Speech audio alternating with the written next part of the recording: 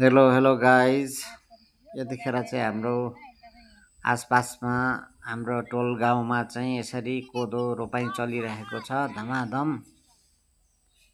यो चाहिँ माना रोपेर मरी उब्जाउने चाहिँ अहिलेको यो सिजनमा धमाधम रोपाइँ चलिरहेको छ। यस्तै हो गाउँघरतिरको चल्तीको चाहिँ नि खेतीपाती यस्तै छ। अझै पनि छोरीले यहाँ झिक्दै निच्च परिरहेको छ। पानी जमिरहेको छ खाल्टोखोल्लीमा भर्खरै परेको थियो पानी पनि। त्यही भएर यो चाहिँ नि पानी झमझम परिसकेपछि चाहिँ रोपाइँ गर्दाखेरि एकदमै चाहिँ मेलो पनि चाँडो चाँडो सर्ने है। त्यही भएर चाहिँ यहाँ फटाफट धमाधम रोपाइँ चलिरहेको छ।